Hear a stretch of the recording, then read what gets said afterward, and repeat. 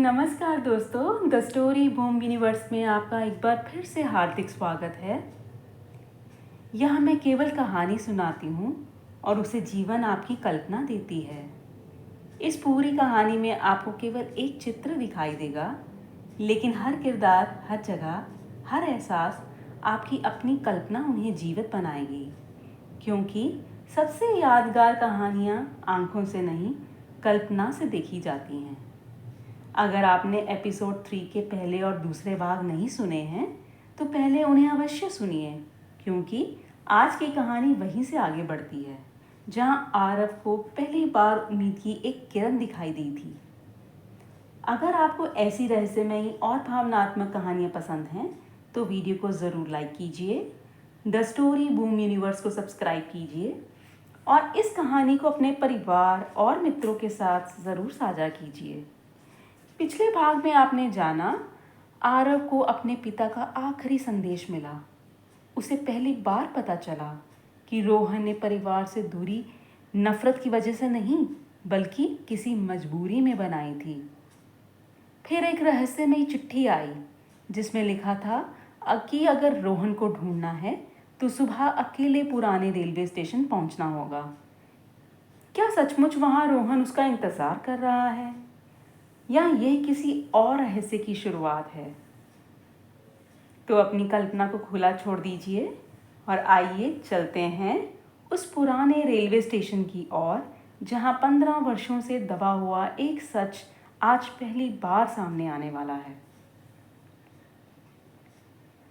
सुबह के 6 बजे आरव होटल आर्या निवास से बाहर निकल चुका था। उसके हाथ में था वह छोटा सा कागज़ जिस पर लिखा था, अगर रोहन को ढूंढना है तो पुराने रेलवे स्टेशन जाना। पूरी रात आरव सो नहीं पाया था। उसके दिमाग में सिर्फ एक ही सवाल था, क्या रोहन सच में जिंदा है? 15 साल तक उसने अपने भाई को खोया हुआ माना, लेकिन अब हर नया सच एक नया सवाल पैदा कर रहा था। पुराना रेलवे स्टेशन शहर के उस हिस्से में था जहां अब बहुत कम लोग आते थे। पुरानी दीवारें, टूटी हुई बेंच और प्लेटफॉर्म नंबर 3 जहां कभी बहुत भीड़ हुआ करती थी। आरव धीरे धीरे प्लेटफॉर्म पर पहुंचा। उसने चारों तरफ देखा, कोई नहीं था। तभी उसे एक आवाज़ सुनाई दी, भैया। आरव अचानक पलटा, लेकिन वहाँ कोई नहीं था। सिर्फ एक पुरानी बेंच रखा था, एक बैग, वही बैग जो रोहन 15 साल पहले लेकर गया था। आरव धीरे धीरे उसके पास गया। उसके हाथ कांप रहे थे। उसने बैग खोला। अंदर थे एक पुरानी डायरी, एक फ़ोटो और एक ट्रेन का टिकट। टिकट पर तारीख लिखी थी 18 जुलाई 2011। आरव की आंखें भर आई। यही वह तारीख थी जिस दिन रोहन गायब हुआ था। उसने डायरी खोली। पहले पन्ने पर लिखा था, अगर ये डायरी भैया तुम तक पहुँचे तो इसका मतलब है कि आखिरकार उन्होंने सच जानने का फैसला कर लिया है। आरव ने जल्दी से अगला पन्ना पलटा। मैं शहर छोड़ रहा हूँ, लेकिन भाग नहीं रहा। आरव रुक गया। भैया मैं जा रहा हूँ, क्योंकि अगर मैं यहीं रहा तो मैं और टूट जाऊंगा। और भैया आप भी टूट जाएंगे। आरव की आंखों में आंसू आ गए। मैं टूट गया था तुम्हारे जाने से। डायरी आगे थी, भैया हमेशा सोचते हैं कि मजबूत लोग दर्द महसूस नहीं करते, लेकिन मैंने हमेशा देखा है वे दूसरों के लिए मजबूत बनते हैं। आरव ने डायरी बंद कर दी। उसे पहली बार महसूस हुआ रोहन उससे नफरत करके नहीं गया था, वह उसे बचाने के लिए गया था। तभी पीछे से एक आवाज़ आई, आप आरव मल्होत्रा हैं? आरव ने मुड़कर देखा। एक अधेड़ उम्र का व्यक्ति खड़ा था। हाथ में पुराना कैमरा था। आप कौन हैं? उस आदमी ने कहा, मेरा नाम अमन है, मैं उस रात यहाँ था। आरव चौंका, कौन सी रात? अमन ने धीरे से कहा, जिस रात रोहन आखिरी बार इस शहर में देखा गया था। आरव उसके करीब गया। आपने उसे देखा था? अमन ने सिर हिलाया। हाँ, मैंने उसे देखा था, लेकिन जो आपने सुना था वह पूरा सच नहीं था। आरव की सांस रुक गई। अमन ने अपना कैमरा खोला। उसमें एक पुरानी तस्वीर थी। तस्वीर में रोहन रेलवे स्टेशन पर खड़ा था, लेकिन उसके साथ एक और व्यक्ति था। आरव ने तस्वीर देखी और उसका चेहरा बदल गया, क्योंकि वह व्यक्ति था विक्रम सिंघानिया। आरव धीरे से बोला, विक्रम? अमन ने कहा, रोहन भाग नहीं रहा था, वह किसी से मिलने आया था और वह व्यक्ति विक्रम था। आरव ने पूछा, क्यों? अमन ने गहरी सांस ली, क्योंकि रोहन के पास ऐसे सबूत थे जो विक्रम की पूरी सच्चाई सामने ला सकते थे। आरव चुप हो गया। फिर क्या हुआ? अमन ने नीचे देखा। उसके बाद रोहन ट्रेन में नहीं बैठा।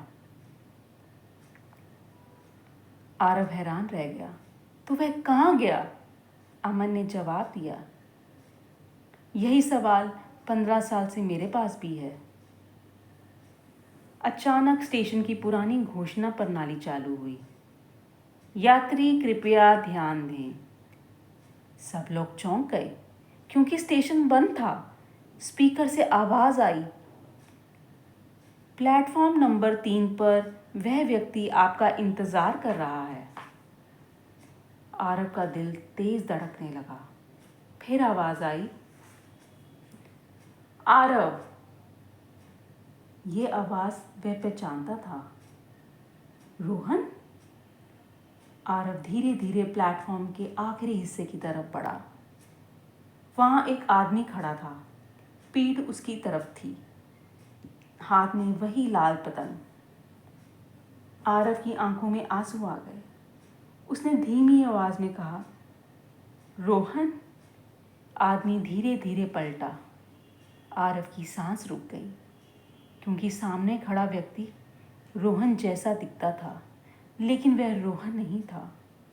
उसने सिर्फ इतना कहा, मैं आपको रोहन तक ले जा सकता हूँ, लेकिन पहले आपको एक सच स्वीकार करना होगा। तो दोस्तों, आज की कहानी का ये हिस्सा यही समाप्त होता है। आज की पंक्ति इस प्रकार है, कभी कभी मंजिल तक पहुंचने से पहले हमें अपने अंदर छिपे झूठ से लड़ना पड़ता है। दोस्तों, आज आरव को पहली बार यह एहसास हुआ कि सच तक पहुंचने का रास्ता उसकी कल्पना से कहीं ज़्यादा कठिन है।